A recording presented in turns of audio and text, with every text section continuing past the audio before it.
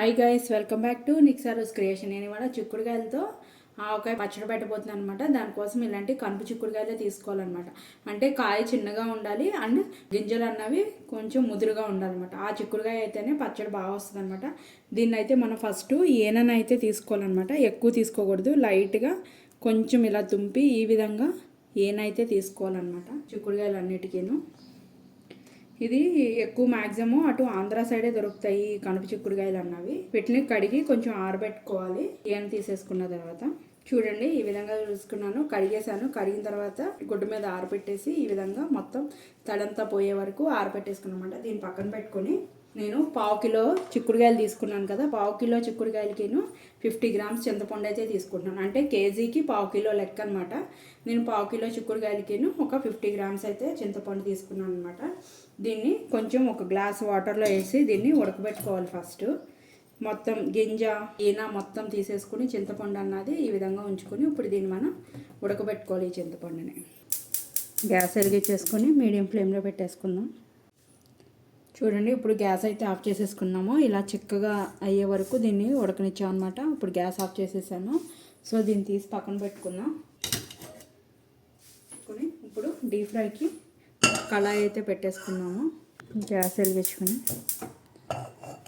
Oil ఏం waste అవ్వదు. తర్వాత మనం పచ్చడి కలపడానికి ఆయిల్ కావాలి కదా, మనం డీప్ ఫ్రైకి ఎంతకంటే అంత పెట్టేసుకుంటే ఆయిల్ తర్వాత మనం పికిల్కి యూజ్ చేసుకోవచ్చు కలుపుకోవడానికి.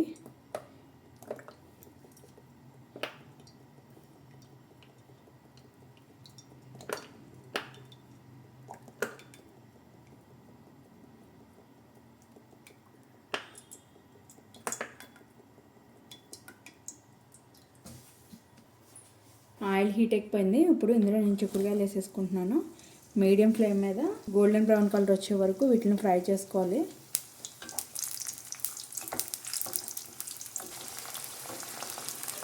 ఈ చిక్కుడుకాయ పచ్చడి అన్నది పూర్వకాలం నుంచి వస్తుందన్నమాట. ఇప్పుడు ఇదేం కాదు, కానీ చాలా బాగుంటుంది. ట్రెడిషనల్ పచ్చడే ఇది కూడా. చూడండి ఈ విధంగా గోల్డెన్ బ్రౌన్ కలర్ అయితే వచ్చేసినాయి కదా. ఇలా గోల్డెన్ బ్రౌన్ కలర్ వచ్చిన తర్వాత మనం గ్యాస్ ఆఫ్ చేసేసుకుందాము. ఆఫ్ చేసుకుని వీటిని తీసేసుకుందాము.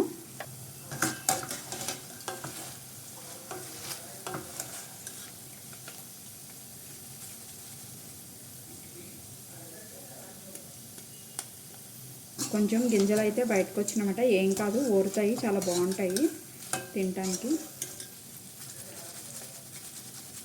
మరీ ఎక్కువ వేయించినా కూడా గట్టిగా అయిపోతాయి అన్నమాట. ఈ విధంగా వేయిస్తే సరిపోతుంది.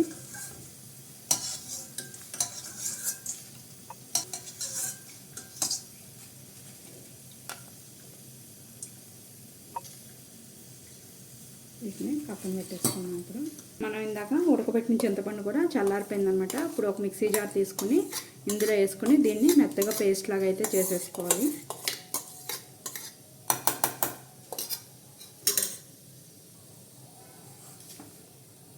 ఈ విధంగా అయితే పేస్ట్ అయితే చేసేసుకోవాలన్నమాట.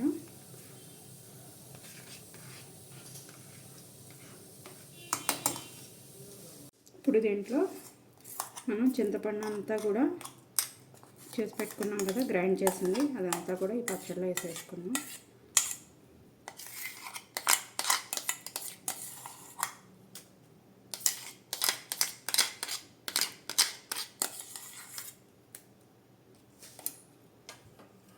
ఇప్పుడు పచ్చడికి పోపు వేసుకుందాం. గ్యాస్ వెలిగించుకుందాం. గ్యాస్ ఆన్ చేసుకొని అందులో పోపులు మన ఇష్టం అనమాట. మనకి ఎక్కువ కట్కట్లాడాలి, ఎక్కువ కావాలంటే ఎక్కువ వేసుకోవచ్చు. నేనైతే పచ్చెనపప్పు 2 స్పూన్స్ వేస్తున్నాను. నాకు ఇలా పచ్చళ్ళలో అప్పటికప్పుడు పోపులు కట్కట్లాడితే నాకు అనమాట చాలా ఇష్టం అనమాట. సో అందుకోసమని కొంచెం పోపులు ఎక్కువ వేస్తున్నాను. 1 స్పూను మినపప్పు వేసాను. కొంతమంది పోపులు ఇష్టపడరు, అలాంటి వాళ్ళు తగ్గించుకోవచ్చు.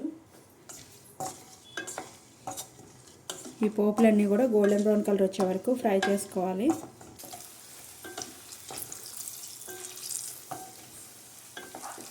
ఇది చింతపండు ఉప్పు కారం కలిపేసి ఉంచుకొని అప్పుడు కొంచెం కూడా తాలింపు వేసుకోవచ్చు. నేను తక్కువ క్వాంటిటీ పెట్టాను కాబట్టి 1/2 కిలో పచ్చడి అన్నప్పుడు మనకి ఎక్కువ డేస్ రాదు కదా, అందుకనే నేను మొత్తానికి అయితే పోపు వేసేస్తున్నాను. ఎప్పుడు కూడా మనం పోపు వేసుకున్నప్పుడు మీడియం ఫ్లేమ్లోనే ఉండాలి గ్యాస్ పోపు వేయించుకునేటప్పుడు, ఎందుకంటే హై ఫ్లేమ్లో పెడితే మాడిపోతాయి అన్నమాట. ఇలా చూడండి లైట్ గోల్డెన్ బ్రౌన్ కలర్ వచ్చిన తర్వాత ఇందులో 1 స్పూను జీలకర్ర, ఒక 3 ఎండుమిరపకాయలు, వేసినా కూడా వెల్లుల్లిపాయ ఇంగువ అన్నది కంపల్సరీ అనమాట. వెల్లుల్లిపాయ రెబ్బలు ఒక 10 రెబ్బలు నేను ఈ విధంగా కచ్చాపచ్చిగా కొట్టేసి తీసుకున్నాను. ఈ పావు కిలో చిక్కుడుకాయలకి ఒక హాఫ్ స్పూను ఆవాలు, ఒక 4 ఎండుమిరపకాయ రెబ్బలు, కొంచెం ఇంగువ వేసుకొని ఇవి గ్యాస్ ఆఫ్ చేసేసుకుందాం. ఈ వేడికే ఇది అయిపోతాయి, ఆల్రెడీ అయిపోయినాయి కాబట్టి. ఇలా అయిపోయిన తర్వాత ఇప్పుడు మనం ఇందాక చిక్కుడుకాయ చింతపండు వేసి పెట్టుకున్నాం కదా, అది మొత్తం కూడా ఇందులో వేసేసుకోవాలి.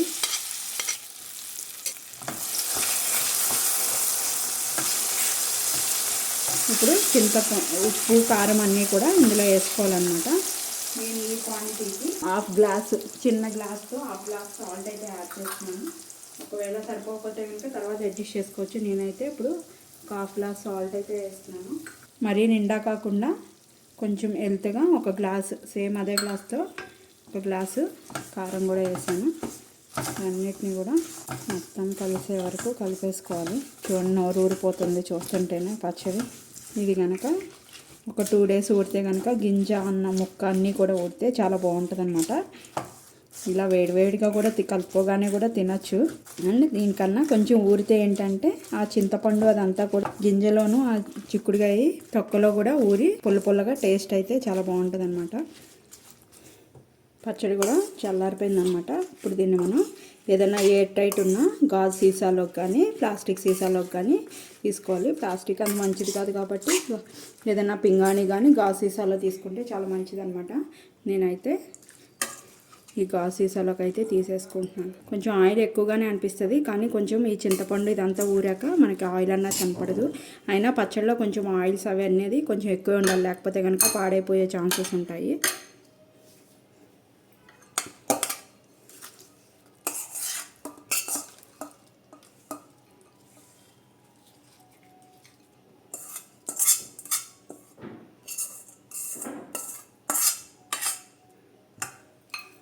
ఏ పచ్చడి పెట్టుకున్నా కూడా ఆ పచ్చడి తీసేసిన తర్వాత అందులో వేడివేడి అన్నం వేసుకుని ఊడ్చుకొని తింటే ఆ కిక్కే వేరు ఉంటుంది అనమాట. మంచిగా ఒక స్పూను నెయ్యి వేసుకొని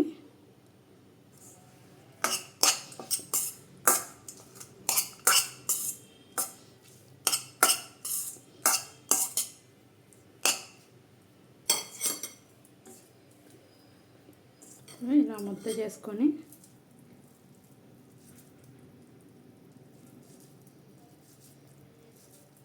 ఇలా చిక్కుడుకాయ ముక్క, చిక్కుడుకాయ గింజ అండ్ పోపులు వేసుకుని తింటే సూపర్. ఆ టేస్టే నెక్స్ట్ లెవెల్లో ఉంటుంది అనమాట. గుమగుమలాడే స్పైసీ చిక్కుడుకాయ పచ్చడి మీరు కూడా తయారు చేసుకుని టేస్ట్ ఎలా ఉందో నాకు కామెంట్ చేయడం అయితే మర్చిపోకండి. మీరు ఫస్ట్ టైం కనుక నా ఛానల్ చూస్తున్నట్టయితే సబ్స్క్రైబ్ చేసుకోండి. ఇలాంటి మరికొత్త వీడియోస్ కోసం బెల్ బటన్ ప్రెస్ చేయడం అయితే మర్చిపోకండి. Thank you guys.